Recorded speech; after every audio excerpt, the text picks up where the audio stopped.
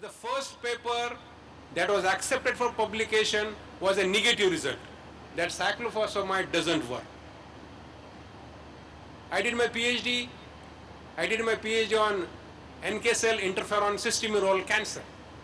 So I'm just trying to tell you that all my life I had been doing research and including Ayurvedic research.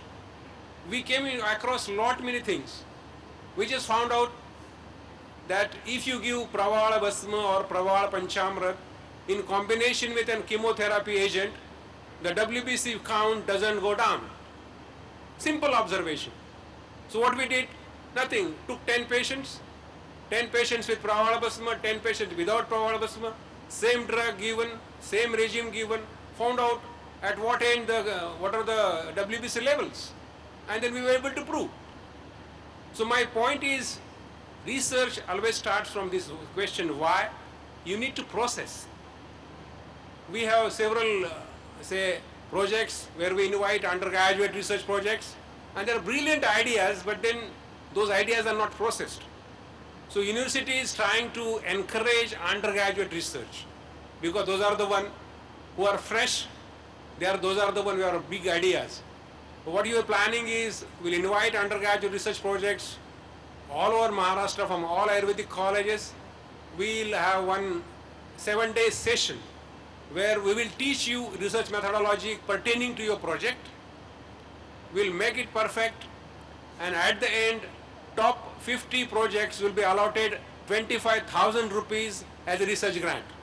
No questions asked. Same team which is evaluating and processing your project will be entitled and authorized to sanction your money. So please take shelter, take this, and do some research in Ayurveda. The greatest advantage of Ayurveda is all things are new. It's very cheap, it's very reasonable to do Ayurvedic research. What is required is just find out what are those ideas, and you need to process them. Last week, we had one huge conference on national consultation on instrumentation and robotics in surgery, where surgeons, industry, and technocrats meet together. Because there are a lot of ideas about instrumentations. So we said ideas could come, they need to be processed. And this was the first time a dialogue between engineers and doctors regarding what are the equipments available, what are the equipment that could be developed. Now what we are planning afterwards is to develop what is called as an idea incubation center. In that center, surgeons, technocrats could have ideas. Those ideas could be processed. We'll have a lab, we'll have review, we'll feasibility, hypothesization, and at the end, we'll convert into a market product. Research has to be the first impression, first dialogue for India. The job of university is to transmit knowledge from one generation to another generation, and during that process, make it perfect. And this has to be made perfect by research. Because today, knowledge is economy. Knowledge is our strength. And therefore, addition of knowledge by research is adding national asset. So don't take it low. You need to motivate, and today, Ayurveda is the frontier. So as I told in the morning, we need to do what's called as the evidence-based Ayurveda. So finding out success stories and finding out them why they work. Once they work, we'll go back and find out what molecule works. That's what is called as reverse pharmacology. So but the first thing therefore to get together and find out what works in Ayurveda. Thank you. I will chip in between. I'm also going to share my experiences with you because that will help the younger people here. I'm going to share very quickly 3 experiences. When I started doing my masters in botany, I'm also a botany graduate. I went to a professor in St. Xavier's, and he told me you have to work on Manjista. That was after 1.5 years of hibernation. 1.5 years he made me give work. I was at Better Herbarium in St. Xavier's College, and I found Ayurvedic books syncs up. My teacher told me to write a note for each of the texts which was there in those 4 cupboards. So at the end of 6 months, I had 400 notes on those 400 books. So that is how I came to know what is Ainsley's pharmacopoeia, Dimo's pharmacopoeia, Kritikar and Basu, Natkani, and I could see the minute difference between the Kritikar Basu's approach and the Natkani's approach. That is how you enrich yourself. Then finally we ended up with working on Manjishta. Very few people might be knowing, but in Ayurvedic literature there are 365 references of Manjishta formulations, which I have listed with my own hands. I also found out that Ayurvedic texts mention 36 Sanskrit names of Manjishta.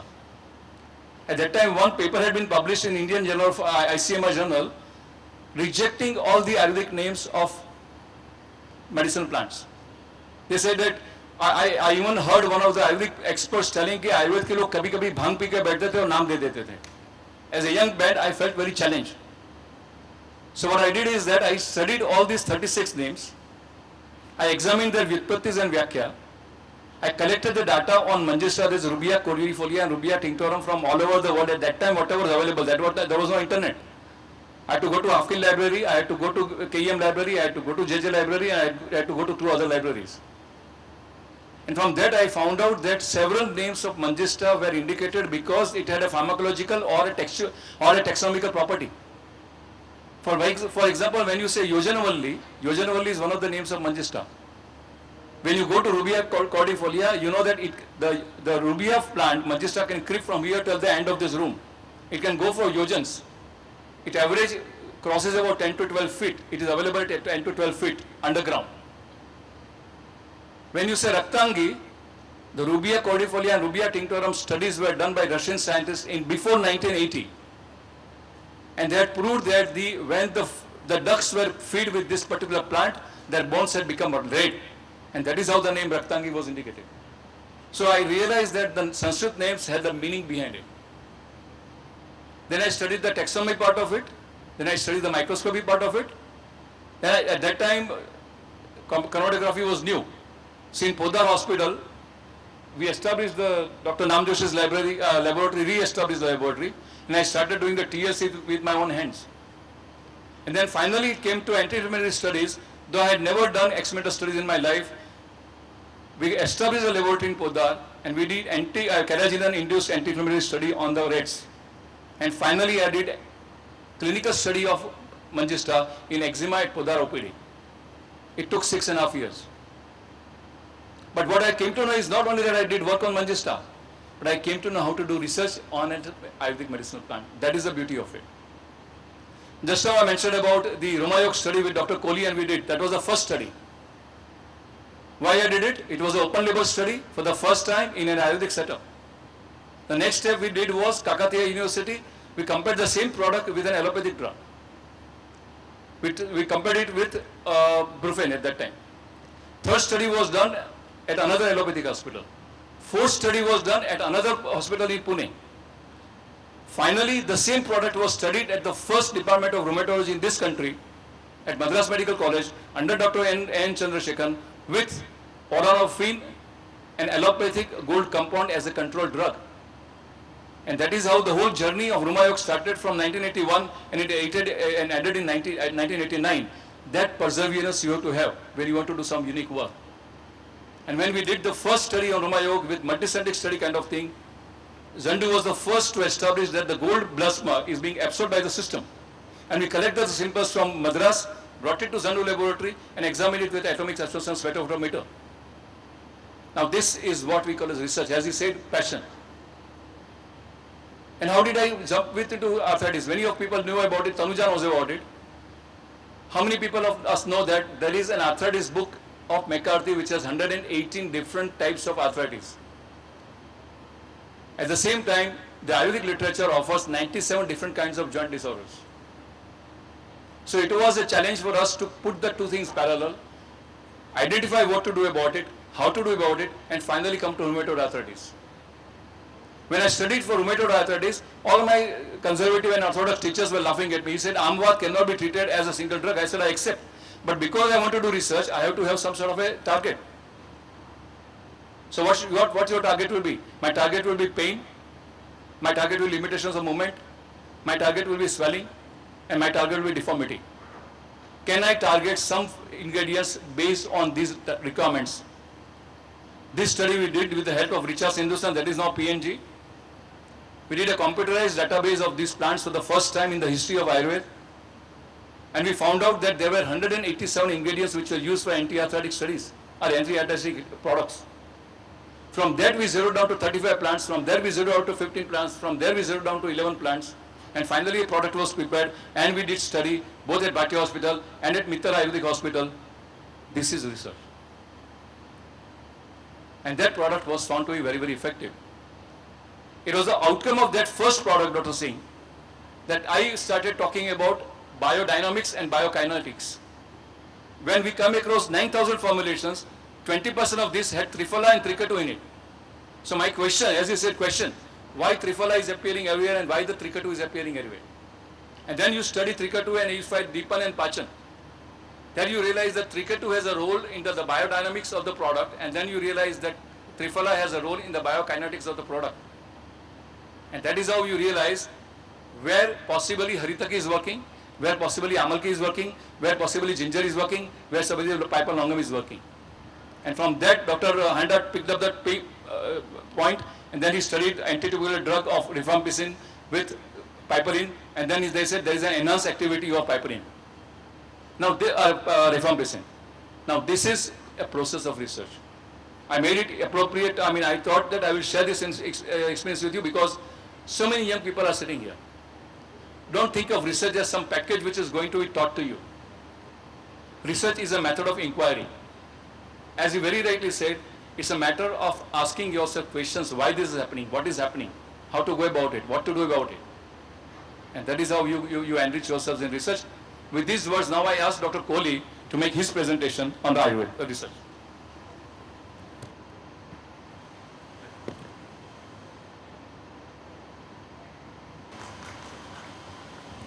Professor Singh sir, the chairman of the session, Dr. Narendra Bhatt, Honorable Vice Chancellor, my dear friends, especially Dr. Ladda, Dr.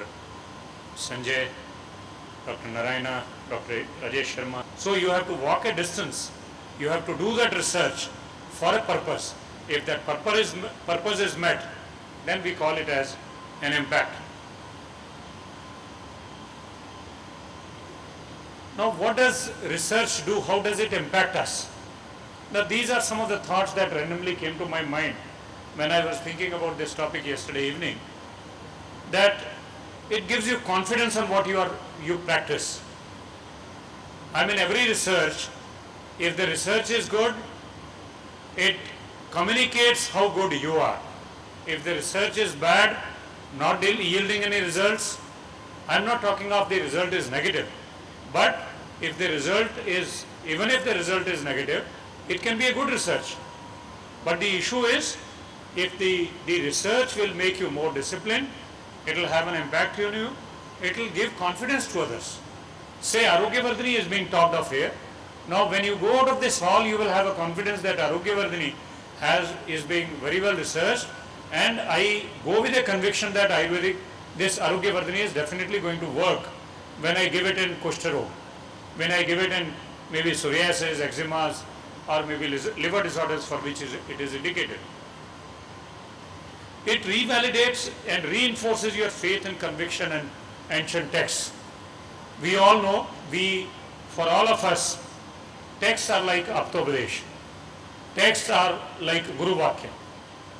Now they are very, very sacred for us. We don't want to deviate from them. But then there are always doubts being posed by people. Yeah, say likh diya. There are 30 medicines in a particular compound. Is it all useless? Why should 30 things be mixed? Once you try them, once you research on them, and you try to see what is the impact of having those 30, and the chosen 20 out of those 30, you will yourself find the difference, that the acharyas had some vision in putting those 30 Ayurvedic herbs in a particular combination, whether it is the Shmularisht or Arjunarisht or all these multiple combination medicines are a perfect example for that. It paves the way for further research. I mean, a research, if you do it and if you forget it, others forget it, nobody picks up the baton, it's useless. It will have an impact when it is picked up. Say, I did research on a particular compound. I remember my own story. This morning, Honorable Vice Chancellor Dr. Jamakar said that Dr. Kohli has worked on Vasant Kusmakar. Now I see there are at least tens of people in the country who are working on Vasant Kusmakar Ras in the country on diabetic retinopathies. So this is basically, I don't say I have done a very big thing, but anything that you do ought to be projected, ought to be picked up by others, and that relay race must continue. The research has to have some continuity. It gives new drugs to molecule or molecules for impact on community. Basically, why do we do research? Is it only to establish the textbooks? What is the use? What for the textbooks are? The textbooks that are the Ayurvedic texts are written, the classical texts are written for the benefit of community and humanity. Now, if that is not benefited, there is no use of text, there is no use of research, there is no use of any kind of education that you receive. It does not impact the public health. Therefore, if you take out new drugs and they treat the community, that is the impact that the research ought to have. Population at large must get benefited.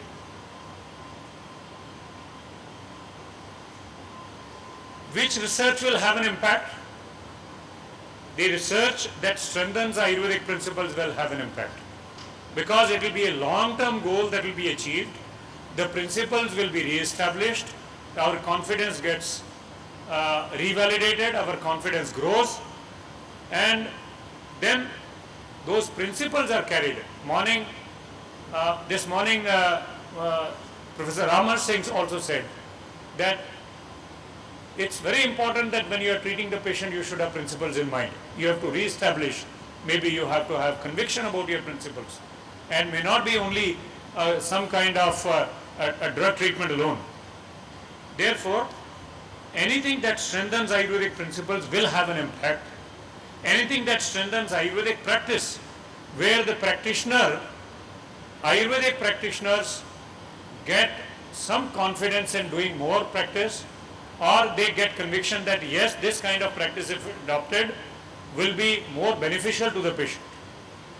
Anything that is industrially and commercially viable, you do some research on some kind of a product and that cannot be made, or it is a banned drug by the government or other regulatory agencies, it's no use working on that kind of a product. Basically, when you research, the aim is that you are going to get something new for the community. If the population at large is not benefited, it will not have an impact. Therefore, industrially and commercially viable is something which is very important, because that only will ensure that your research product or your research thesis or hypothesis will go up to the masses and will be put into practical place. That which is reproducible in any part of the world, a research which is not reproducible. I am still reminded of several occasions where we have been, maybe sometimes we have been judges in assessing the research papers. Somewhere we have been into the conferences and we have seen that the reproducibility is a factor. You ask the candidate who has researched, is it effective? Is it always effective? Then he starts talking of the variabilities that Ayurveda speaks of. Not that Ayurveda speaks of the variabilities is wrong, but have you done that? If you have not done that and you are trying to find out an scapegoat by saying that it will have in different kal it will act differently, in a different geographical location it will act differently, in a different prakriti it will act differently, then probably it is only an escapism. If you have really done to prove that, that is acceptable. But otherwise, a Vata Prakriti person who sees that this particular drug is effective on him, in America also it should be effective on Vata Prakriti person. So that is how reproducibility is an important factor in science, that which addresses the need of the community at large, that which addresses the refractory diseases. Now you try to find out something for malaria which kills only around 20 or 30% of the plasmodia. Is that going to be good? We already have artemisinin, we already have metacalfine, we already have many more things which are much better than your 20% of efficacy. That may not have an impact. So basically, research, while you are sitting down to do a research, you ought to understand what are you going to produce this research for? Who is going to be the direct beneficiary? Is it only your PhD thesis, MD thesis, or it is something beyond that? So that is something that, so refractory diseases which are not amenable, which are not treatable by modern medicine, probably make a good area for research for Ayurveda. Then those researches which address the newer versions of diseases like TDR, MDR, total drug resistance, multiple drug resistance, HIVs, cancers, because these are the problem areas where even the modern medicine has not been able to show that impact. I don't say they don't work. Tuberculosis, we were on the verge of getting very good results in the country. It was on the point of extinction, but then you have the problems of multi-drug resistance. You have problems of total drug resistance. And the problem is coming up again. HIV complicated the whole issue by producing more tuberculosis in the country. Therefore, what is important is you ought to understand that this is something, diabetic complications cannot be treated by modern medicine.